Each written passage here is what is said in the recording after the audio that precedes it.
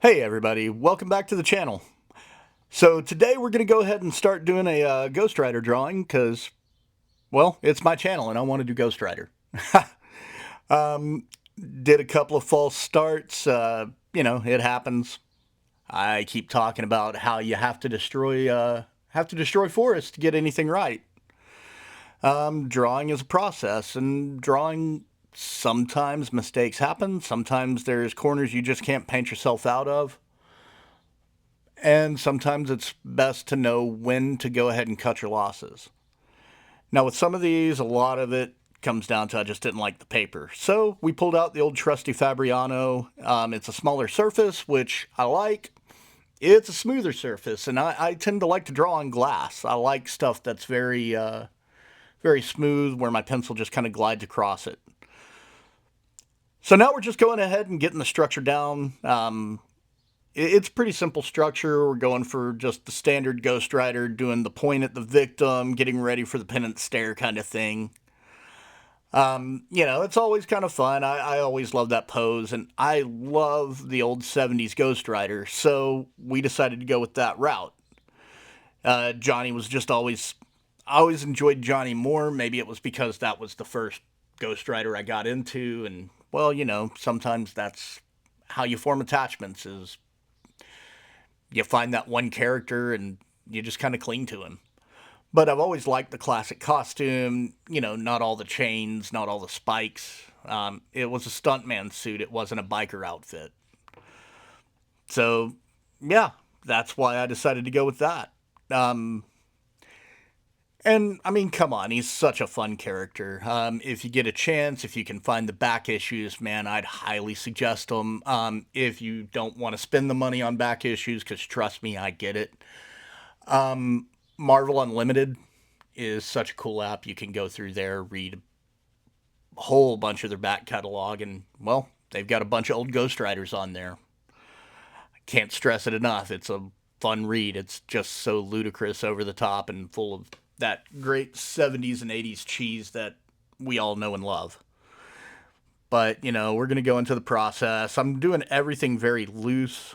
I've been hitting some walls here and there where everything has to come out perfect. I have the perfect line, the perfect circle, the perfect everything. Well, it hit me. Maybe that's been my problem with drawing or any kind of blocks is, you just got to loosen up a little bit. So that's what we're doing. We're taking this loose. I've got erasers. I've got things where if I don't like the way something's looking, we can kind of pull it out and rework it. Keeping everything in, just like I'm doing here. We're tight. Yeah, we're going ahead and lightening up all of those old lines so we can come in and get a little bit cleaner of a pencil. So when I get ready to do all the inks, those inks actually come in a little easier.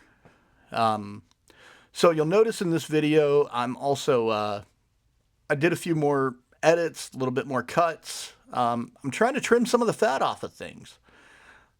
I was sitting looking at the raw footage, and my God, I was about 2 hours into this drawing. So I don't know about you. I love watching process videos. That's one of my. I'm not even going to say it's a guilty pleasure. It's an outright pleasure to watch on YouTube. Finding some artists who are just sitting there drawing and yakking. So I don't like those 2, 3, 4, 5 hour process videos, and God knows I hate those kind of process videos where there's no noise, no nothing. So I went ahead and made some cuts. Trust me, this isn't trying to be some kind of slick Instagram ready YouTube influencer kind of thing. It's just literally trying to cut for time because, as we all probably know, if you're an artist, the process of art can be kind of boring.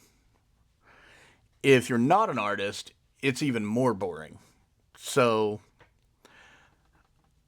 as much as I'd like all of you guys to be artists watching my stuff, I know a lot of non artists watch this. And you're going to sit here and listen to me, a near 50-year-old man yakking on a yakking on a video about what I'm drawing, and sometimes you're just going to get bored. Like I said, I'm an artist. I love watching process videos, but man, there are times I'm sitting there kind of sliding that thing down just to go, hey, are we done yet? Can we get to something a little more interesting? So, yeah, that's the reasoning behind the editing. It's like I said, to kind of trim the fat. I'm doing all of my lining here with Ohuhu markers, or Ohuhu pens, sorry, the fine liners. They're a really great brand. I really like messing with them. I use fine liners from pretty much anywhere. I'm always going to try to hunt down the best deal. Now we're cracking into one of my favorite inks. It's a Zig Black Ink 60. It's made for, I think they're manga inks, but I've had that inkwell for a few years. It's such a fun ink. It dries really flat, which I really, really like. And right now, we're not doing anything really fancy or sophisticated with it. I'm just blocking in all of that black that I knew my poor little brush pens weren't going to be able to handle. I was digging through. I've just been trying to unpack the studio, and I couldn't find any of my brushes. I've got some really nice brushes that I do like to play with, but in a pinch, I went to Walmart. I got I think they're Royal Langennickel. Anyways, they're cheap. They're $5 for a pack of 10. It does the job. I'm not a brush snob. I don't know if y'all can tell. I'm really not a gear snob at all. I'm going to tell you what I'm using just so you know, and you can always try to find them. I'll post links on stuff that I know aren't found in Walmart, but those brushes, they're Walmart brushes, man. You don't need anything else. They do the job. I think, yeah, that one's a synthetic. And then I think I've got some, I'm not sure what hair they are, but they are natural hair that I picked up. Like I said, $5 for a pack of 10. I'm not gonna cut the details there. So yeah, we made some cuts, and oh lord, yeah, this one, it all ended up in vertical format, so that's why this little section looks a little bit wonky. But I've broken out the Tombow Kuretake brush pens. They're great for doing any kind of feathering work if you're trying to get that really thick to thin taper. It works awesome. That's the soft brush. I like using those because I can kind of do those thick to thin tapers and come back in and fill in all the spot blacks. I could have probably used the Black Ink 60 in a brush to get a lot of those, but it was quicker, a little bit more efficient to get them with the brush pens. So that's what we went with.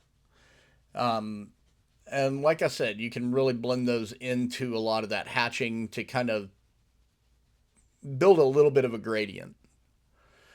But yeah, it's always fun to kind of play with equipment, kind of play with new tools. But the old standbys for a reason. You get comfortable with them. So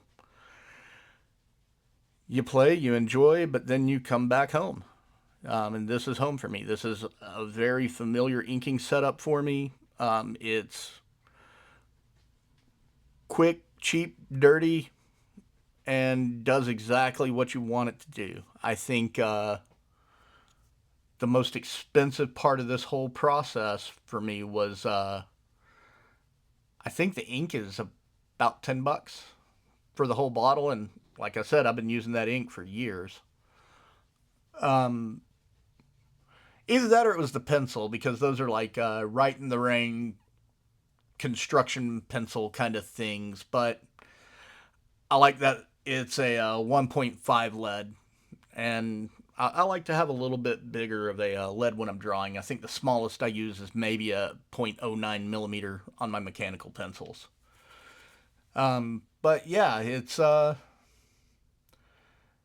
always kind of fun to just come back home. I've been doing a lot of digital work lately. It's it's efficient. You've got a lot of leeway with it. It's a very forgiving medium.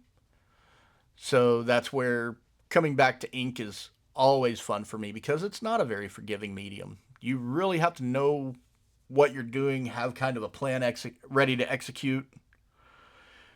And I don't like using a lot of the highlight or the correction fluid, pen white, any of that. So I'll I'll have kind of a plan ready whenever I get going. So yeah, we're finishing up with getting all of the big areas done. Now I'm coming through and hatching in the clouds just to kind of give them a little bit of depth. Um, the thing about comics and what I think is really fun about comics, especially the older comics, was that this panel, I think I'm using a 9 by 12 surface, so divide that in half, and that's what it's going to look like whenever it was finally printed. So these guys didn't really have to do a lot of heavy details. It didn't have to be perfect. It just had to work for print. So that's why, these guys were all about making things quick and dirty, which is why we're doing quick and dirty here. Excuse me. But yeah, we're getting to the end of it.